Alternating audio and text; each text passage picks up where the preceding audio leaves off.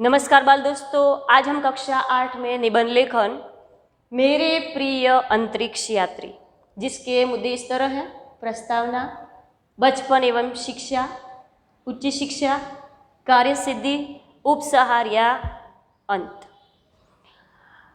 बाल दोस्तों, समग्र विश्व के मानव जीवन को सुलभ और सुंदर बनाने में सबसे बड़ा योगदान है वह संशोधनों का, और यह संशोधन वैज्ञानिकों ने किया है। समग्र विश्व में हजारों वैज्ञानिक और पायलट हैं, लेकिन बाल दोस्तों अंतरिक्ष यात्री सिर्फ 100 है, और उसमें भी महिला या अंतरिक्ष यात्री तो सिर्फ गिने चुने हैं।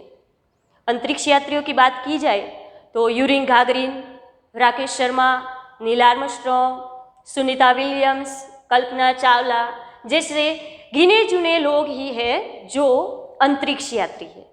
आज हम बात करेंगे भारत की प्रथम अवकाश यात्री कल्पना चावला।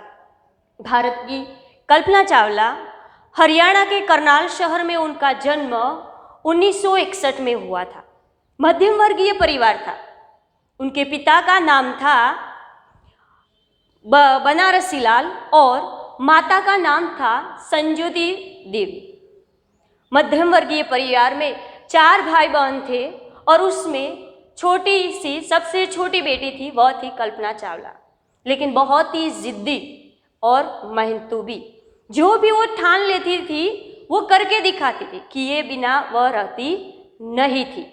बचपन से ही जब उसने आसमान में उड़ते हुए पंछियों को देखा तो उससे भी प्रेरणा लेकर उसे इच्छा हुई कि वह भी आसमान को छुए, और उसी लगन को रखते उसने बहुत ही कठोर परिश्रम किया।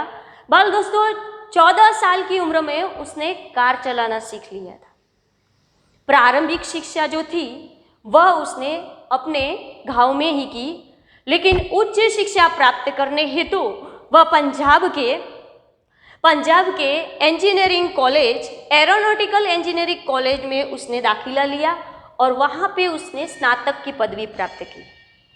बाद में आगे की शिक्षा प्राप्त करने के लिए वह अमेरिका गई और अमेरिका में एरोनॉटिकल इंजीनियरिंग कॉलेज के लिए पोस्ट ग्रेजुएशन की पदवी प्राप्त करने हेतु वहाँ पे उन्होंने अनुस्नातक के लिए एडमिशन लिया, और वहाँ के बाद 1988 में वह अमेरिका की जो अंतरिक्ष यान की एक संस्था है नासा, वहाँ पे जुड़ गई और वहाँ के एम्स अनुसंधान केंद्र में जुड़ के उन्होंने कार्य शुरू किया।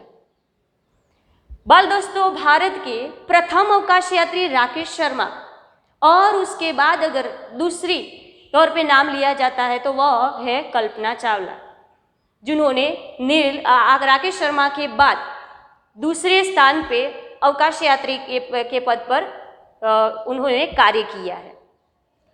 1997 में कल्पना चावला ने पहली उड़ान भरी। वह उड़ान उनकी सफलतापूर्ण हुई, लेकिन उसके बाद 2003 में कल्पना चावला ने दूसरी उड़ान भरी, और उस उड़ान के दौरान उनका जो यान था उसका नाम था कोलंबिया STS-87। वह नासा से भरी थी, नासा अनुसंधान केंद्र से भरी थी। इस यान के दौरान, इस यात्रा के दौरान उनके और 6 साथी भी थे। कल्पना चावला और उनके साथी 16 दिन तक इस यान में रहे और उन्होंने अनुसंधान कार्य भी किया, संशोधन कार्य भी किए।